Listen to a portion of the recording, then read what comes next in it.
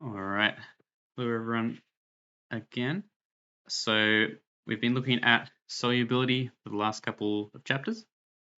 And last time we started looking at some quantitative ways that we can measure solubility and that we can talk about how much stuff we have in a certain volume.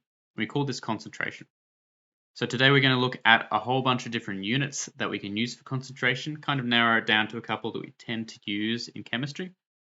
We're doing a whole lot of calculations today. So remember to bust out your old N equals M over M equation from the mole last semester, as we're going to be using it a fair bit over a few of the chapters that we do this semester.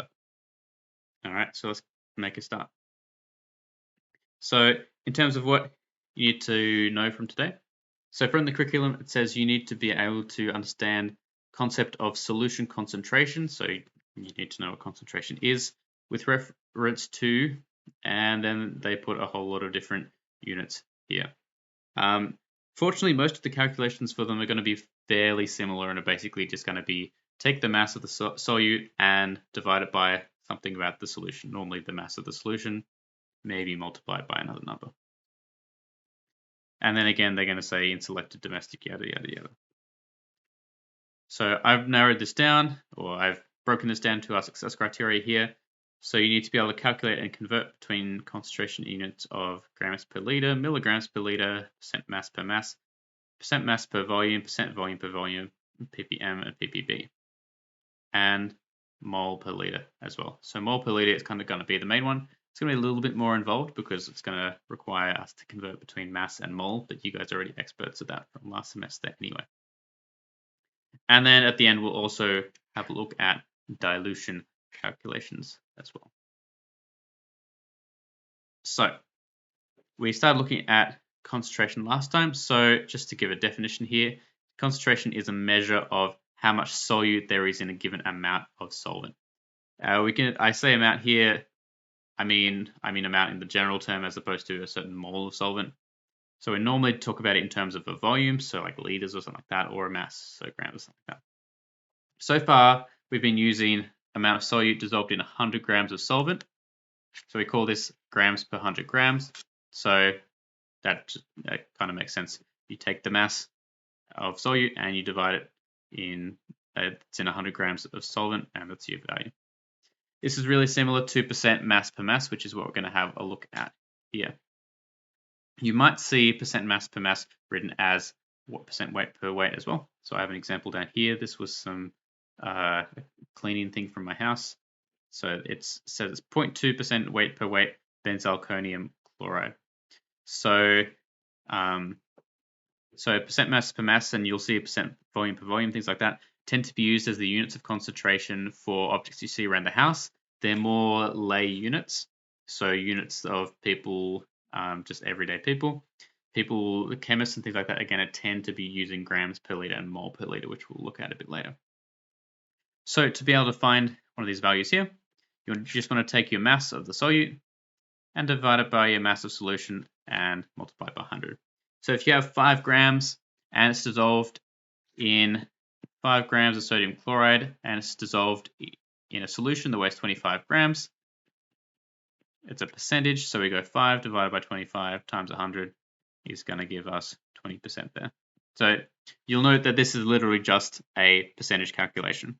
So when we do a percentage, we always take what we have, divide it by the total amount of the thing. So if you wanted to find out how many of the people in a particular room did chemistry, you take the number who did chemistry, maybe it's 5, divide it by the number of people who are in the room, maybe it's 20, 5 divided by 20, and then we multiply it by 100. Same thing here. The nice thing about the percentage units, we'll have a couple of them as well, is that they just tell you just do a percentage calculation here. So you see percentage mass per mass. Easiest way to remember it is it literally tells you to divide the mass by the mass. You just got to remember it's the solute on the top and the solution on the bottom, and then the percentage, so multiply it by 100. If you accidentally put it the other way around and you put the solution on the top and the solute on the bottom, you'll probably end up with a concentration value, well, you will end up with a concentration value above 100%, which is a pretty surefire way to tell that you've done something wrong. So let's have a look at some of these. We've got 5.44 grams of sodium chloride in 84 grams of water. Now I can't really do these in my head, so I'll do them in a calculator. So we've got 5.44 over 84. It's percent, so we're going to multiply it by 100. And we're going to end up with times 100. We're going to end up with 6.48, and that's our percentage. Now, this is a good time to practice your sig figs. So we've got 3 here, we've got 2 here, so we're going to round this off to 2 significant figures, 6.5%. We've got 10.5 grams of sucrose in 12.5 grams of honey. These are actually real values that I just got from random stuff around my house. So we've got 10.5 divided by 12.5 all multiplied by 100. We're going to get 84% there. So this is 3 sig figs. This is 3. So I'll actually round this up to, I shouldn't really use the squiggly equals here. I'll actually put a significant figure on there, 84.0% there. All right, we've got 80, so we've got 68.4 in 5. Note the units here. When we're using this, it doesn't really matter what the units are, but they do need to be the same unit. So if I could either convert my sodium to kilograms and say I've got 0.0684, or I could convert my convert my kilograms to grams, which is what I'm going to do. So I'm going to say 68.4 over 5,000 times 100. Note again that if you end up with a silly value, so if you put 5 in here and forgot to convert it, you would end up with something like 1,600% sodium in your bread, which is probably not correct. So make sure to double check your answers and think, is this a reasonable value for the thing that we're looking at here? Most of the time, chemistry questions kind of apply to something. So here we've got some food. So of course, it's kind of makes sense in the context of food. Your bread is probably not 99% salt. It doesn't really make sense. So we're going to put that in here. We've got 1.368. We've got one significant figure here, which is kind of lame. So we're going to round it to 1% here. All right. And last up, we've got 50 milligrams. So I'm going to convert that to grams, just because grams is a nice central unit. 0.05 over 141 times 100 is going to be, type that all in, it's going to be 0.0355, and we've got 2 significant figures here, we've got 3 here. So we're going to round that off to 0.036%. All right.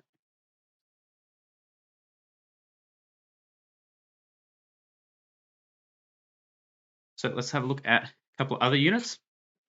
So you might see these ones around as well on packaging, things like that, which we've got parts per million here, we've got parts per billion on the next slide. Parts per million is exactly the same as milligrams per liter. So whatever I say about one also applies to the other one.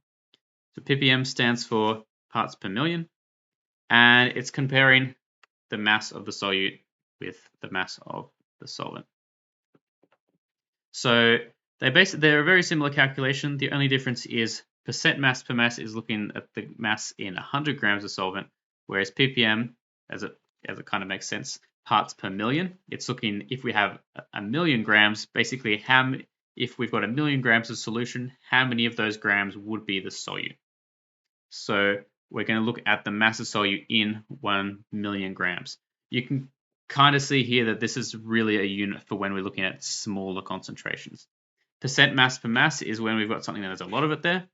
ppm and ppb are we're going to look at lower concentrations. So for example, when we're looking at things like mercury that's in town water, there is a very small amount of mercury that's in town water, but it's not very high. So we look at it in parts per billion or something like that.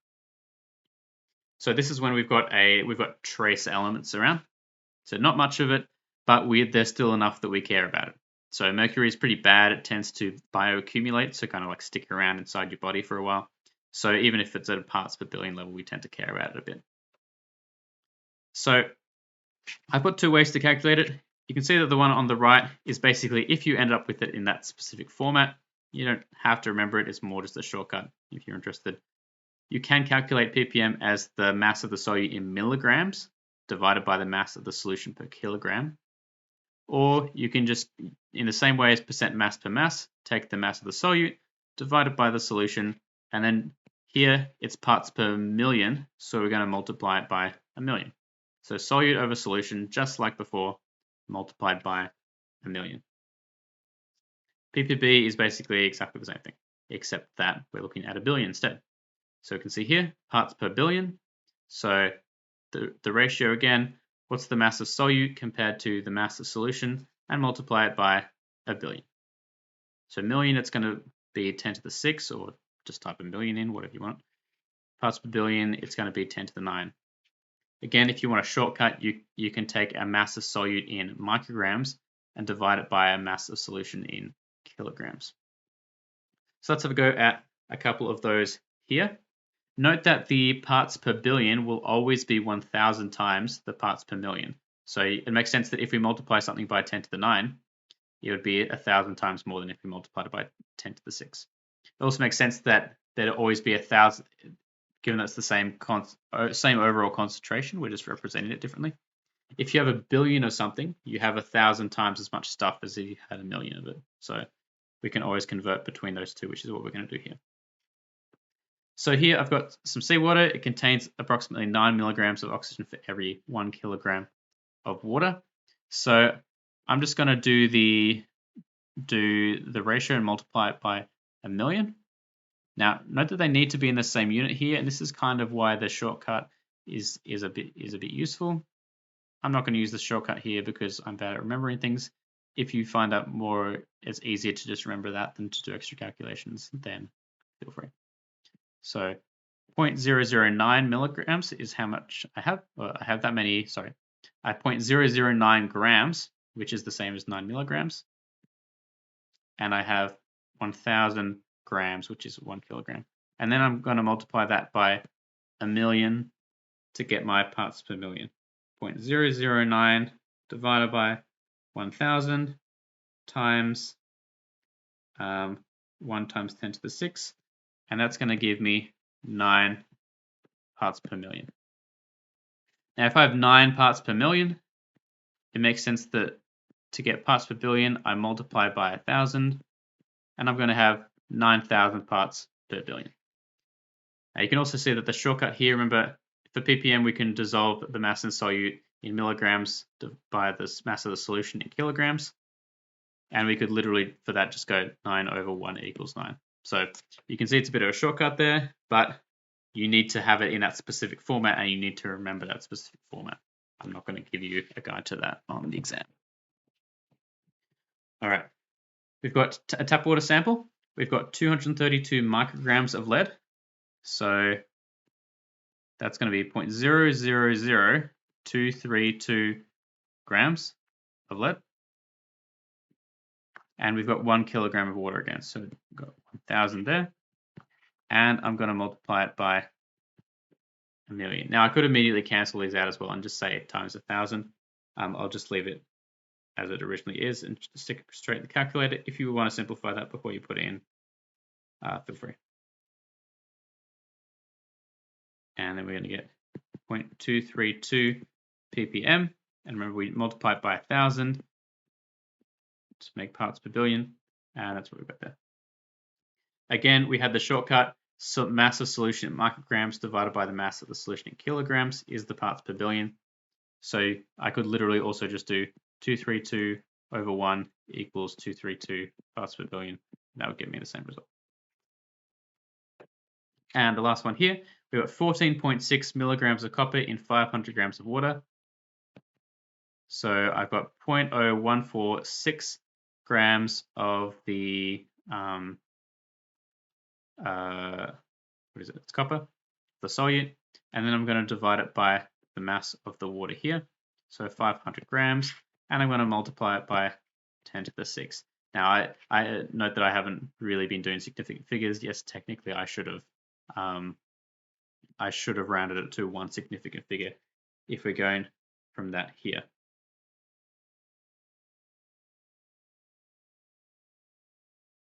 So I'm put it in calculator, times a million, 29.2 parts per million, and we multiply it by 1,000, and we get 29,200 parts per billion.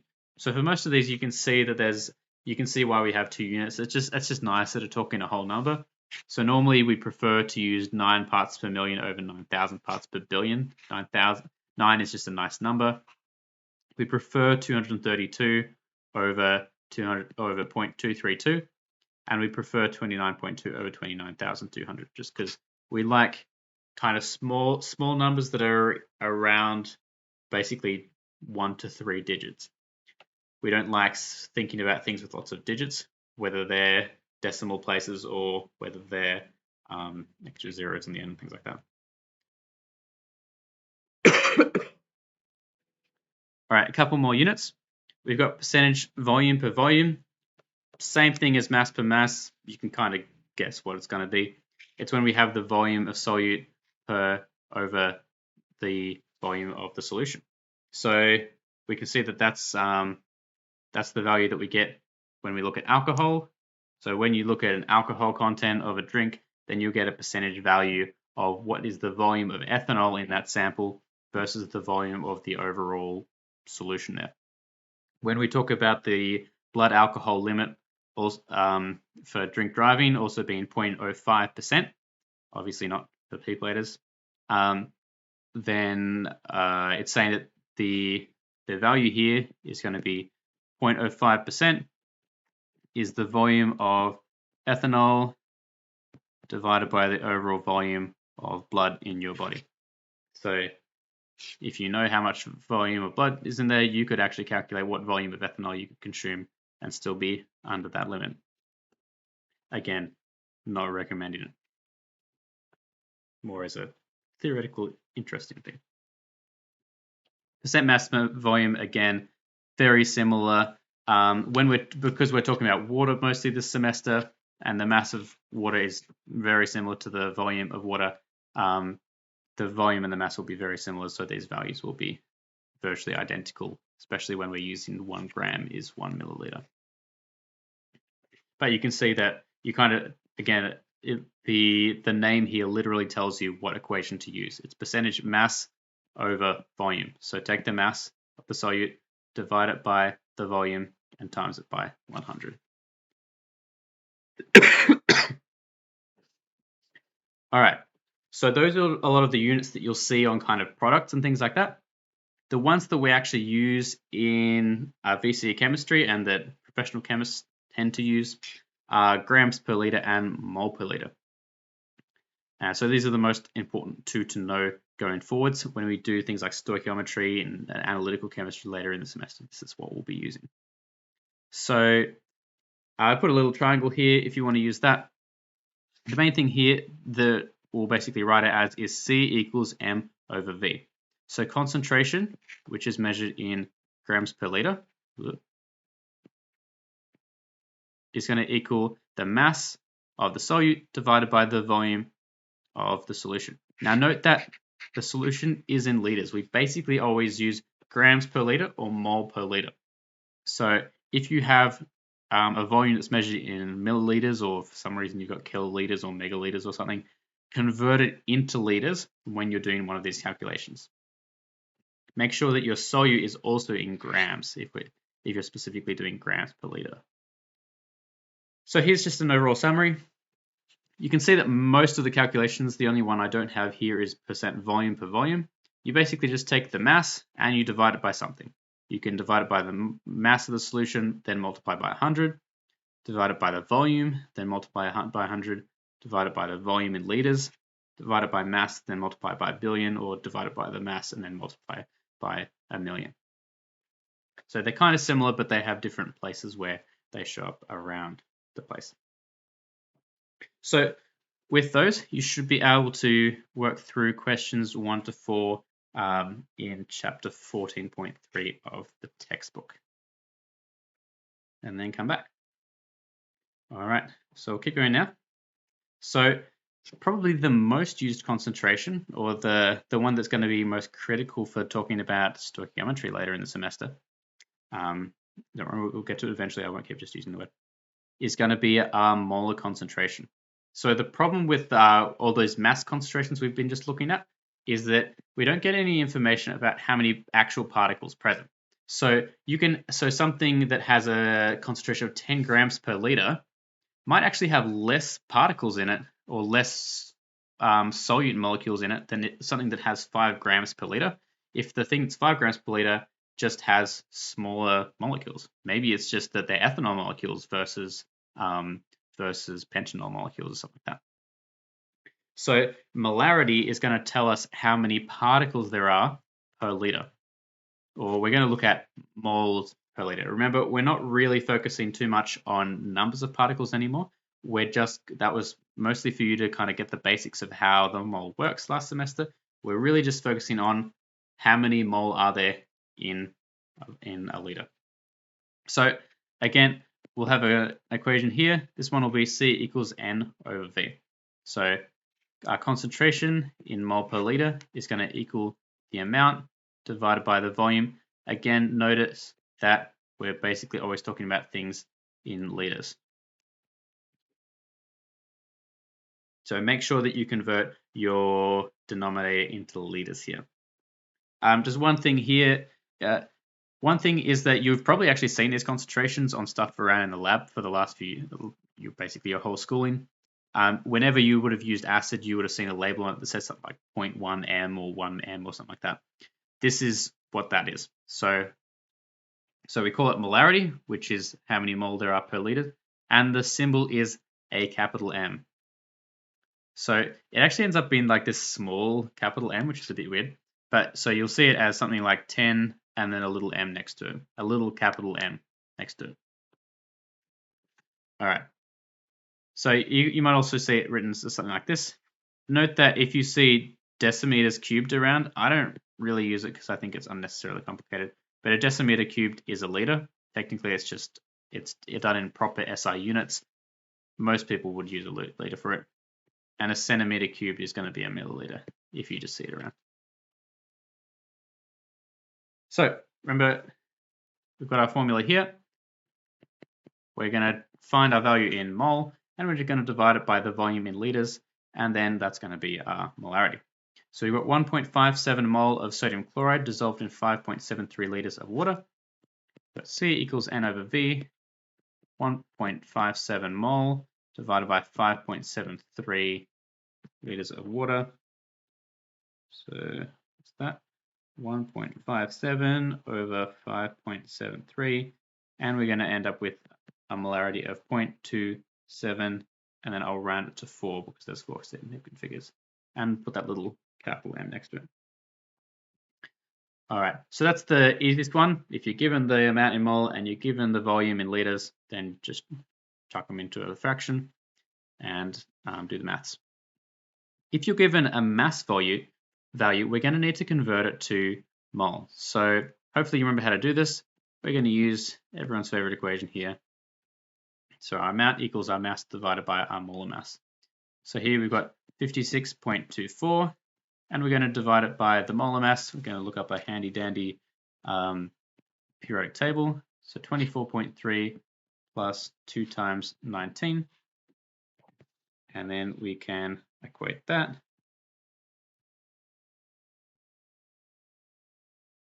19 times 2. And we're going to get that we have 0.948 mole.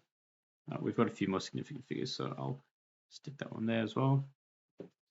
Now I've written that to 4 decimals. Note that I'm just going to keep going from that value in my calculator. So even though my calculator says 948399798, I'm just going to leave that there. You don't need to write all of those down on your sheet or anything like that here.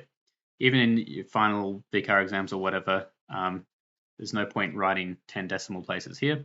The only thing that matters is you round it off in the last value and you don't round it early here. Please don't round this to like 0.95 and then do the calculation using 0.95. Just keep the value unrounded in your calculator and do the next step using the answer function on your calculator. So we've got our mole value there, and now we just chuck it in our equation. So 0.9484, i.e. what's in my calculator, divided by 1.775, and we're going to get 0.5343 molar, because we've got 4 sig figs here and we've got 4 sig figs here. And while we're thinking about sig figs, that's 3 and this is 3. So we're going to do something similar here. Note that we've got our volume in mil here, so we're going to need to convert that to liters. So we just divide it by 1,000. So we've got 0.589 liters of water.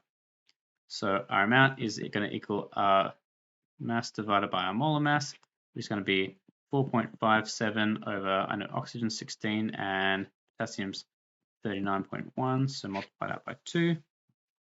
We're going to get those, add them together. So we're going to get 0.0485 mole, and then we're going to chuck that in here. 0.0485 divided by the volume. The volume, remember, convert to liters. 0.589. If you don't, you'll end up with a funny looking value. So here we end up with 0.0823 molar. If you accidentally didn't convert that to mils, you'll end up with a much smaller value. So you end up with 0.0000823, which is very small and kind of, you can normally look at even if it's not something that's necessarily a real life thing that you see every day, you can normally judge, well, if you imagine you put a scoop of a spatula into like a beaker of water, you're probably not going to end up with 0.00000 concentration of something. And as you do more calculations, you kind of learn how to estimate things better. So from this, you should be able to work through the questions in chapter 14.4 of the textbook as well. All right. So to finish off looking at concentration here, let's have a look at dilutions. So a lot of the time when we're making up a solution in the lab, this tends to happen more in like the prep lab, but we'll get to do a bit of it this year as well. Normally what we do is we actually dissolve our standard or dissolve whatever compound we're looking at into a volumetric flask. We dissolve it in a flask. We make a concentrated solution to start off with, and then we dilute it until we get to the concentration that we want to work with. That lets us make up one concentrated one we call the stock solution, and then we can make lots of smaller ones out of that. So you make one, and then you're able to make lots of dilute ones out of that. Beautiful.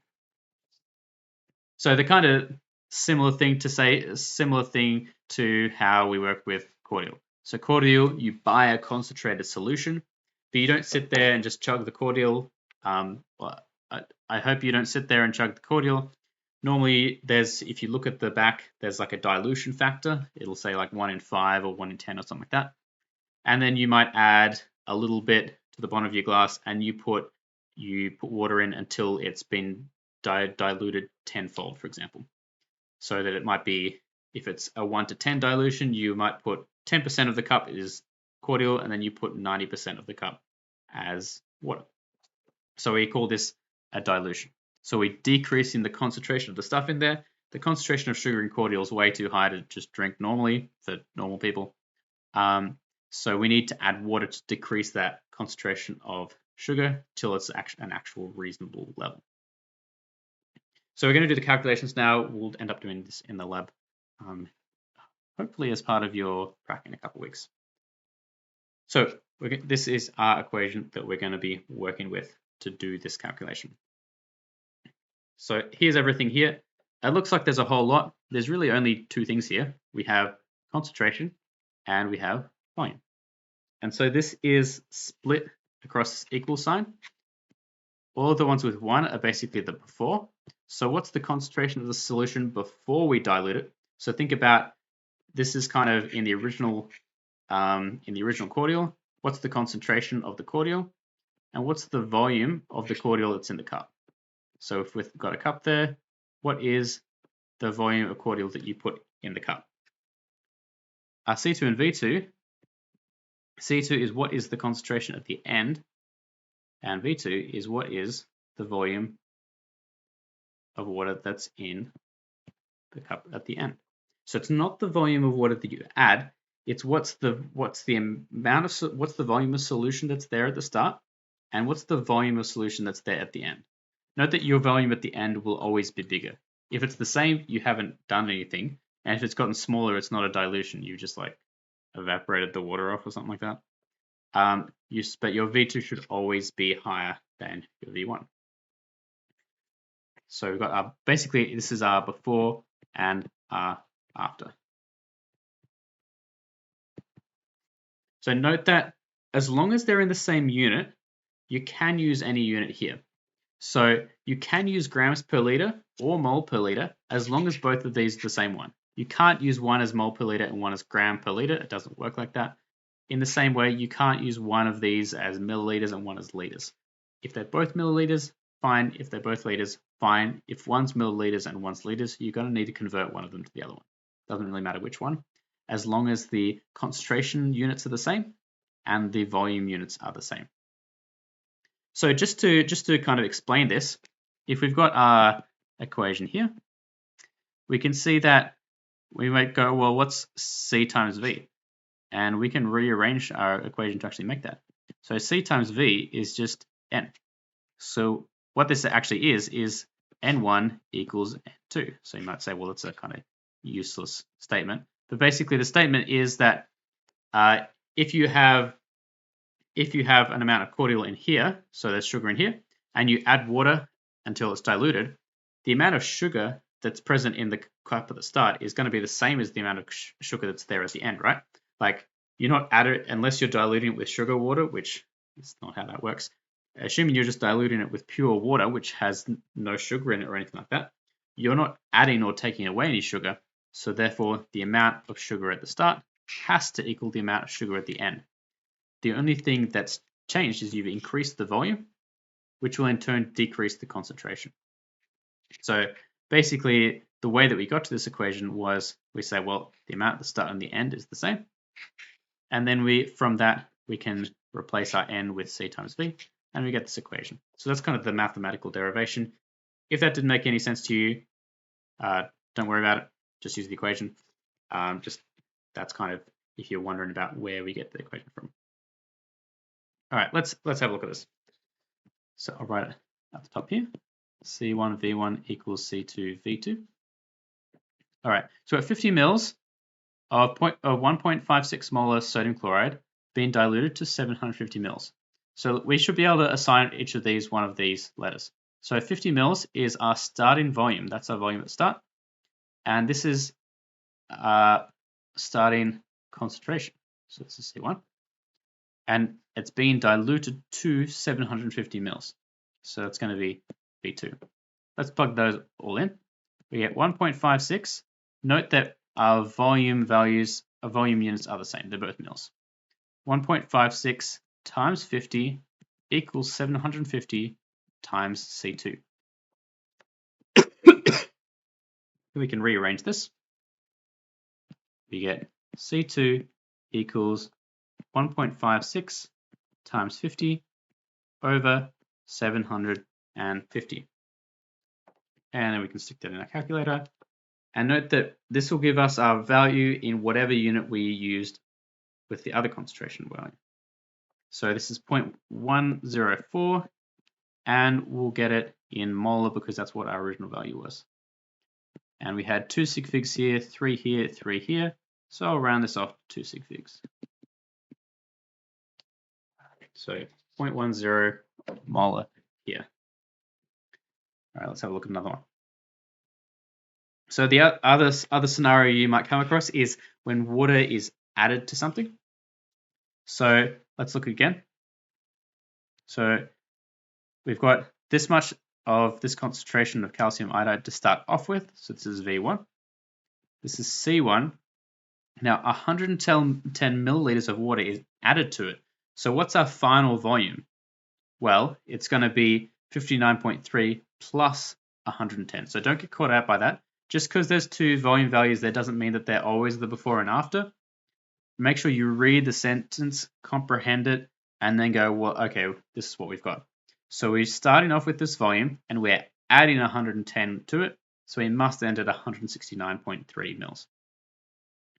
So we've got 0.593 times 59.3 equals, and I'll add them together here, times C2. Sorry. All right, let's put that in our calculator.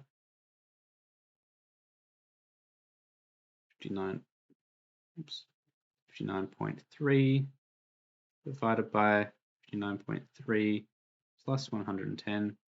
We're going to end up with 0.2. We've got 3 sig figs, 3 sig figs, 3 sig figs. So we're going to end up with 0.208 molar here. All right, so we can calculate what our final concentration will be. What actually ends up happening more is we calculate what we need to have as our original volume to get to a final concentration. Because often we say, well, we want 100 mils of 0.1 molar, and I have this 0.5 molar. How much of that do I need to put into a flask and then dilute to get to that final value? Normally we know what we want, but we just need to know what to do to get to that point. So that's an example. This is an example here. So what's the volume of water that needs to be added? So you need to think about adding here to 100 mils of a 2.7 molar solution of lithium nitrate diluted to 0.5. So we've got our C1 value, we've got our C2 value here. So you know our two concentration values already. We know our original value, but we're going to need to find out what volume of water we add to it. So we've got 3 values here. As long as you've got 3 values, you can always find the fourth one. So we've got 2.7 times 100 equals 0.5 times the final volume. I'll equate that here. So 2.7 times 100 divided by 0.5. So it's going to be 270 times 2 basically, so 540. Just double check that to make sure I don't look like an idiot. Yep, I'm right. So V2 is the final volume. Now, the question says what volume of water needs to be added to 100 mils to get to this sort of concentration here. So the final volume is 540. It started at 100 mils. So the change in volume must be what we had at the end minus what we had at the start. So the volume has changed by 440 milliliters here. So we added 440 mils. That's what's happened here. All right. So you should be able to finish off the chapter there, working through the 14.5 review questions. So just as a reminder of what you should be able to do now, you should be able to calculate concentrations from all of these. We'll talk a little bit about converting between grams per liter and mole per liter a bit later as well. You should be able to convert between mass, amount, volume, and concentration using our formula here. So these two.